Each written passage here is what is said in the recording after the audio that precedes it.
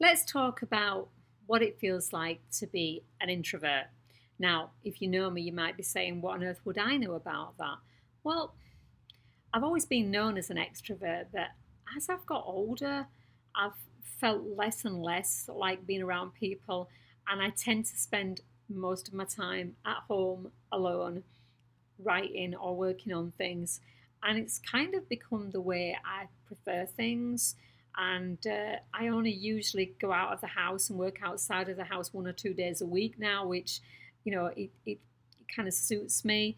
I like being around people, but I I wouldn't call myself an introvert by any means, but I do understand that feeling of actually having to walk into a room and wondering what you're going to say to people. I mean, some of that's confidence and some of it's imposter syndrome, which we're going to talk about a lot more as I move forward, working on a book on that issue. But a lot of the people I come across who are definitely in the writing community, they're so used to being creative at home or in their offices, and they don't go out and connect with other people, and they find it quite stressful and anxiety inducing, the whole idea of going out and connecting with lots and lots of different people. And I know from some of my friends who really struggle with this, they can do it, and they go out and they'll go to a conference or a meeting, but then they're actually mentally exhausted and wiped out because it's taken everything for them. So if that's you, I just wanted to offer you a technique that may be helpful. Well, I'm sure it will be helpful.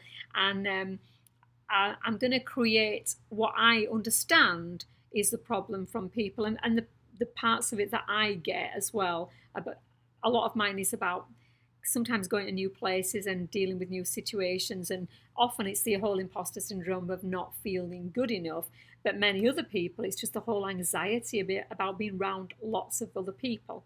So I'm going to do some tapping exercises. As you know, it's one of my go-to techniques. It works really well.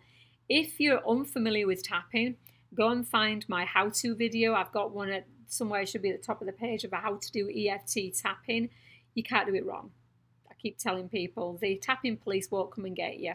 The worst thing that would happen is it wouldn't work. And even then, once you actually put the energy into doing the technique, it's going to have some effect. So don't ever worry that you're going to do it wrong, because it's a very simple and very easy technique. And the more you do it, the more comfortable you'll become. Okay? So this is the kind of thing you can do. You can take it with you. You can disappear into a restroom and just do a simple technique, which if you have a look around, you'll find my PR triangle. That's one that you can do kind of almost under the table, except for the nose bits. Go check that out, PR triangle. But let's do an EFT technique. That's emotional freedom techniques for feeling anxious about new situations, particularly for people who are feeling they're introverted. Okay? And if I get any of this wrong because I'm not in your head, message me. Quite happy to make another video and get it right. So hopefully you'll be able to switch some of the words around so that they'll make sense to you. That's what I always say. This is a guide to get you going. People always say, I don't know what to say. Say what you would be saying if you were complaining to somebody and saying, I'm really scared. I don't know what I'm going to do. I don't like going to new places. That's what you tap on. You tap on how you feel. So, right, let's start from the beginning. On a scale of 1 to 10, how bad is it? If I was to place you in a big networking event or a conference or somewhere you have to speak, where are you on a scale of 1 to 10 in terms of feeling anxious about that, about being around all those people? Or maybe it's just going somewhere. Maybe it's going to a wedding where you've got to be around lots of people who you don't know. You've got to make small talk. It's hard, right? Got it? Got your number? Write it down, because in a little while you're going to have probably forgotten that number and it's not going to seem as bad at all.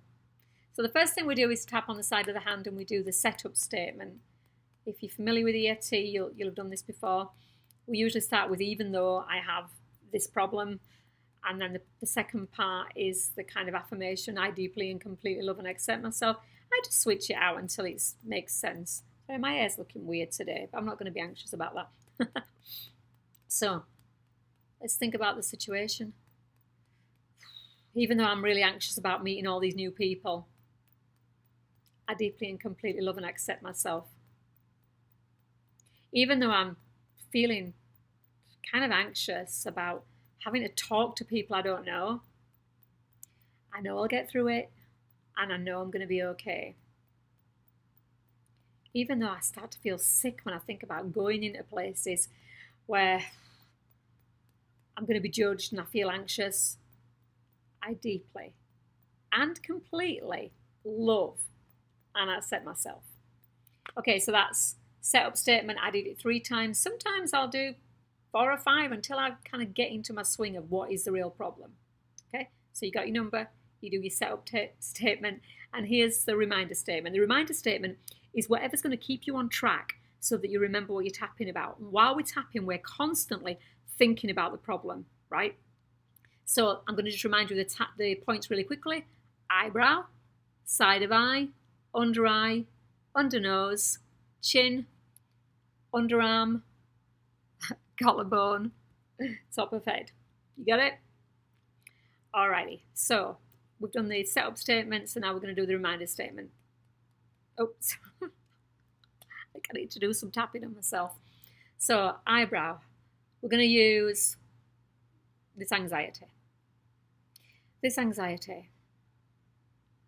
Side of eye. This anxiety. Under eye. Feeling so anxious. Nose. This anxiety. Chin. Oh, all those people. Underarm. Feeling anxious. Top of head. So anxious. So we use the word anxious or anxiety there, but you can actually do whatever you want. So I usually I'll be having a conversation with myself. Oh, I can't believe I've got to go to a place where there's hundreds of people. I always feel like they're all better than me. I start to get anxious because I feel judged. Oh, I'm going to end up fluffing my words. When I'm anxious, I just talk rubbish. I'll talk too fast. They won't understand my accent. I'll get really confused. You can tap on either point, by the way, either side. This anxiety. It always gets me when I go to new places. I don't like being with people. I like my safety zone, my comfort zone, me at home, behind my computer. I don't want to have to deal with all these people. This anxiety. Oh, this anxiety. There's going to be loads of people there. I never know what to say. I'm no good at small talk. And then I end up saying something stupid. And they'll remember me as that person who said, I think I'm an idiot. Oh, what am I going to do? You know what, though? This anxiety is starting to fade a bit.